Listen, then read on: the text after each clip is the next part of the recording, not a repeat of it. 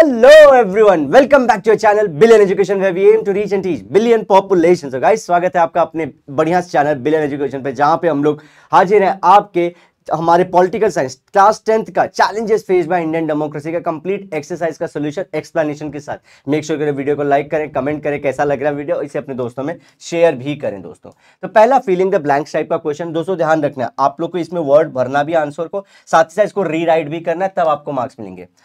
In a democracy dot dot participate in the elections and get political part. कौन participate करता है? Political parties करते हैं। Okay देखो, इसमें से हम लोग बोल सकते थे कि कोई भी पर्सन कर सकता है, लेकिन क्या कोर्ट और सोशल ऑर्गेनाइजेशन दिया है, तो ये गलत है। सबसे अच्छा आंसर है पॉलिटिकल पार्टीज। इसको मार्क करना आंसर और वापस से ये स्टेटमेंट को लिखना भी है।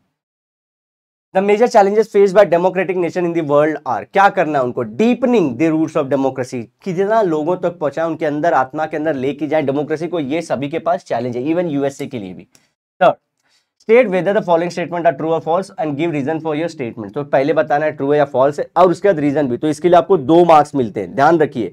1 मार्क्स आपको गलत या राइट या रॉन्ग बताने के लिए, दूसरा उसको एक्सप्लेन करने के लिए। ये पॉलिटिकल साइंस में ये क्वेश्चन आता है, हिस्ट्री में इस तरह से क्वेश्चन नहीं आएगा। Alertness is required to sustain democracy. Alertness मतलब जागरूक रहना जरूरी है। जी हाँ, जरूरी है यार, सिंपल सा है। और ये क्यों जरूरी है? To sustain a meaningful democracy against, तो सस्टेन मतलब सरवाइव करने के लिए, चलते रहे सालों साल। अब मीनिंगफुल, जहां पे सच में से बातें ना हो, रियल में लोगों के पास पावर भी जाए। Against corruption and political mall practices. Corruption मतलब क्या? पावर का मिसयूज करना। और पॉलिटिकल माल प्रैक्टिस मतलब पॉलिटिकल पार्टीज या पॉलिटिकल पर्सनालिटीज कोई भी रॉन्ग काम ना करें, तो उसको बचाने के लिए जागरूक जनता बहुत जरूरी है। Importance of the problems of the farmers and tribals has increased in the left extremism movement। अब इसका कहने का क्या मतलब, क्वेश्चन ध्यान से, कि अगर जैसे कि इनकी दिक्कतें चालू है कि इनकी खेत जा रहे हैं, इनके फर्टिलिटी जा रही है खेतों की, ट्राइब्स के जंगल जा रहे हैं, तो उसके वजह से क्या कर रहे हैं वो लोग?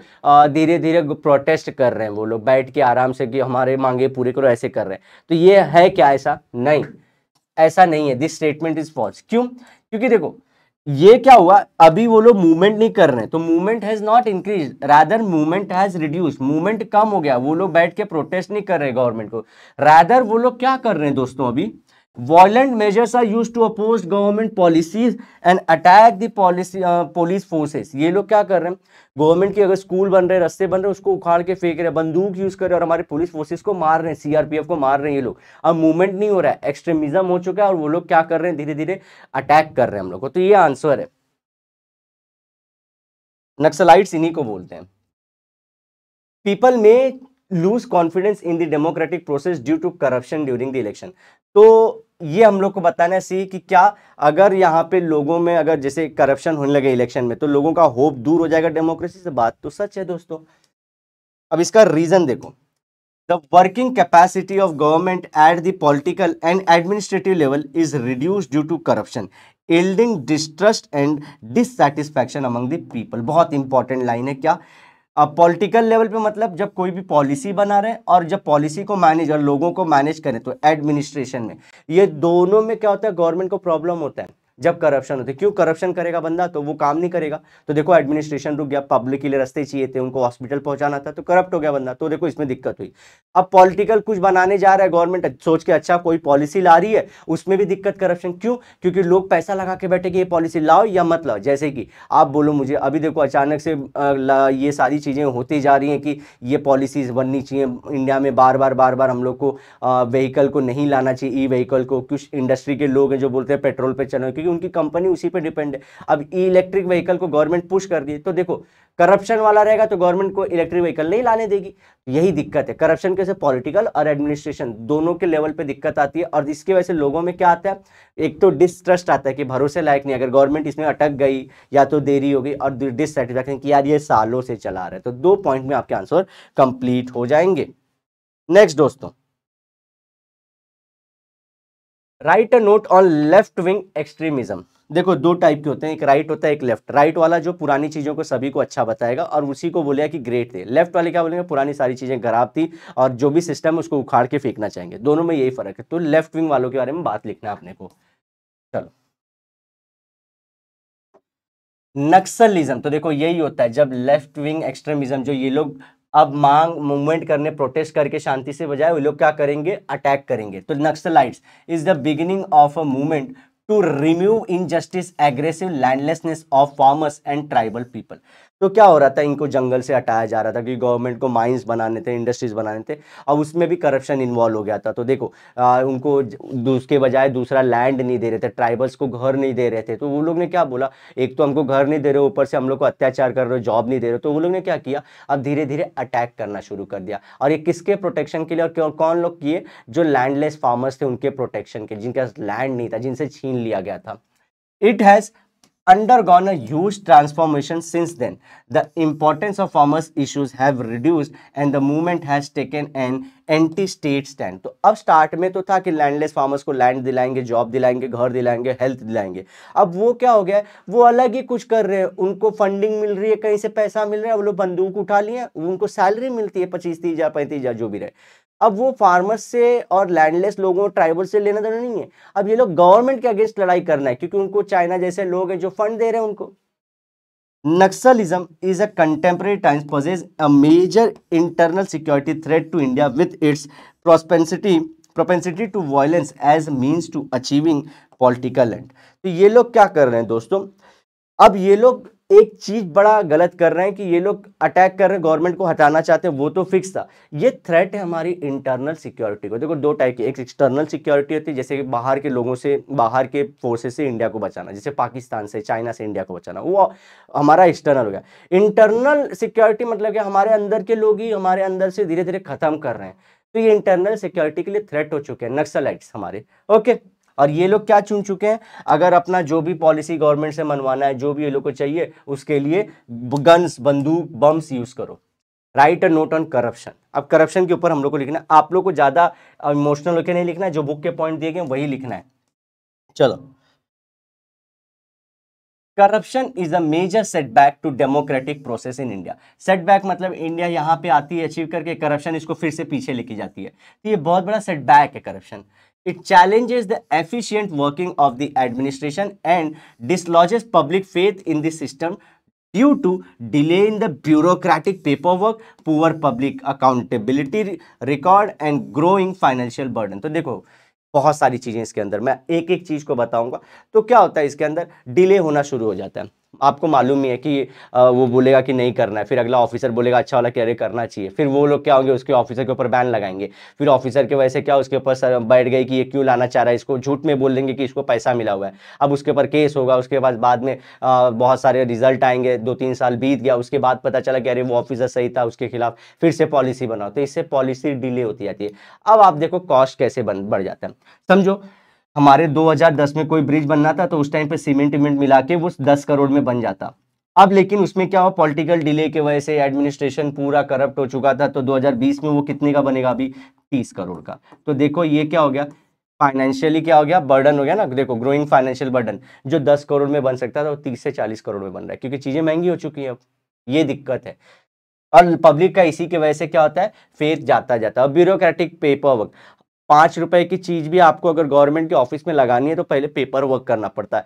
ये सब की चीजों की वजह से क्या होता है, धीरे धीरे पॉलिसी स्लो होती है, और ये सब का कोर प्रॉब्लम है करप्शन। ये आप पॉइंट्स आप लोग को लिखने। डिसलॉजेस मतलब पब्लिक का फेथ लूज हो जाता है।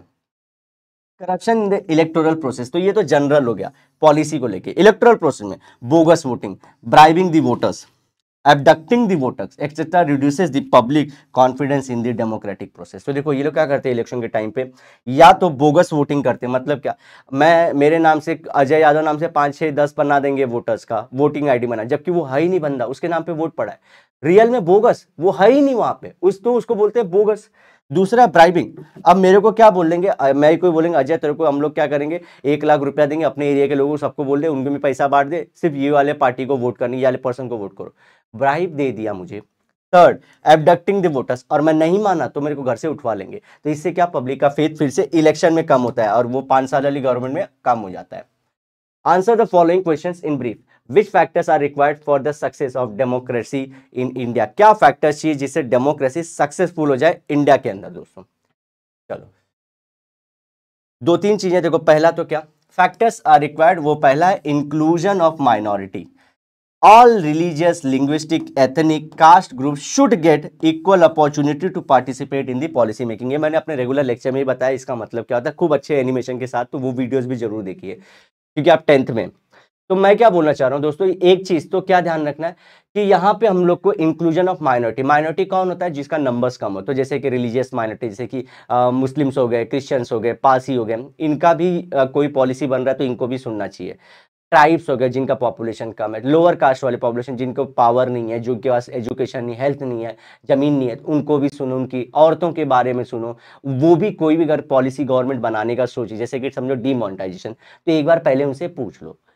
अब मालूम है डिमोनेटाइजेशन और सरप्राइज अगर पहले बताए तो सब लोग अपना पैसा छुपा लेते, तो वो सब सारी चीजें, लेकिन मोस्ट ऑफ द केसेस में डिस्कस कर लेना चाहिए। तो इंक्लूजन ऑफ माइनॉरिटी जब भी पॉलिसी बन रही है तो। दूसरा,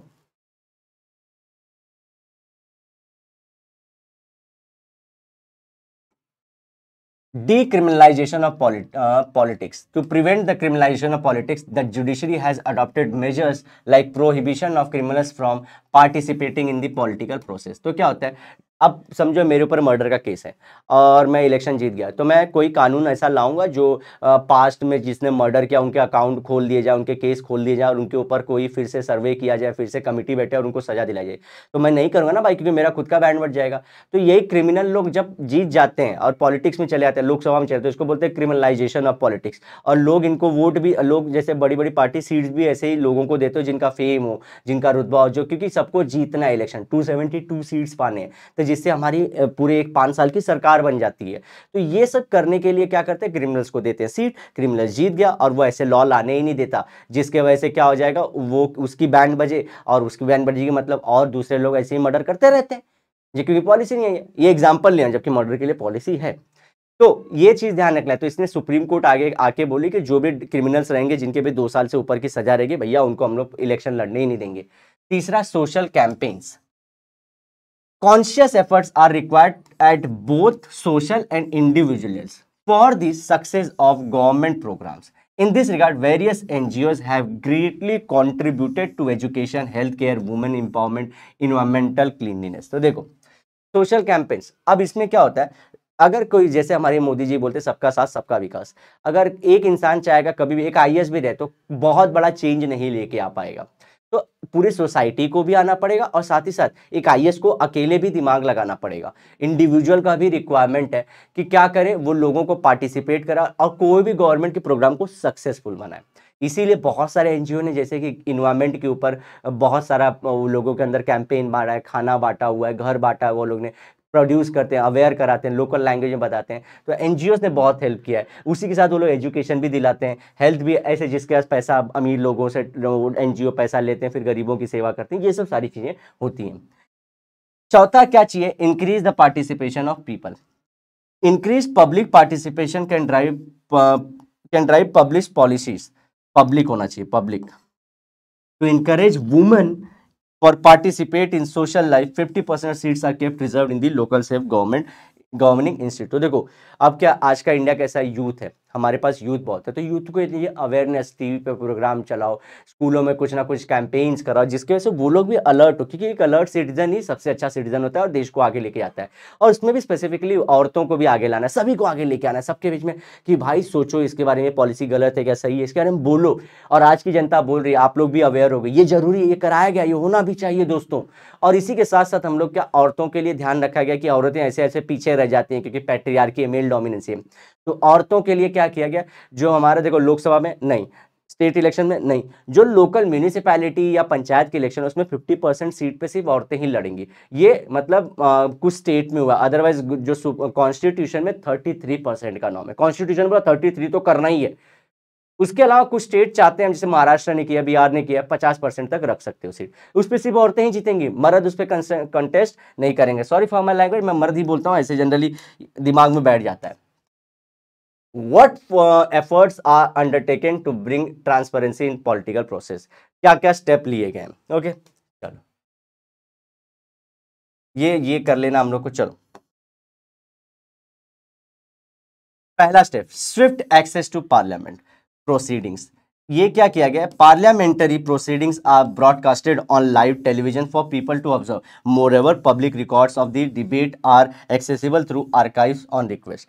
तो क्या किया है, अब हम लोग को लगता है कि पहले कैसे हम लोग को इंटरेस्ट जगाना, लोगों का पार्टिसिपेशन, तो आप तो देखो टीवी मीडिया पे तो कर ही रही है, स्कूल में भी पढ़ा रहे हैं, कैंपेन्स भी चला रहे हैं, एनजीओ को भी कर रहे हैं, लोगों में घर में भी डिस्कशन हो रहा है। इसके अलावा क्या किया, जो लोकसभा में जो बैठ के हमारे जो नहीं मतलब सभी मंत्री लोग रहते हैं और सभी हमारे जो एमपीज रहते हैं, सेम मोदी जी जो जहाँ बैठ के बोलते हो, उसके साइड में ना गैलरी होती है, आप जाके वहाँ पे बैठ सकते हो। जी हाँ, रिक्वेस्ट करके बैठ सकते हो। दूसरी चीज, आप लोग लाइव देख सकते हो जब गवर्नमेंट की जब ये लोकसभा की प्रोसीडिंग्स या राज्यसभा का लाइव टेलीकास्ट देख सकते हो। और वो लोग डिबेट में, एक मंत्री ने क्या बोला था, फिर दूसरे मंत्री ने, फिर तीसरे एमपी ने क्या बोला, उनका जो डिबेट है वो लिखा जाता है।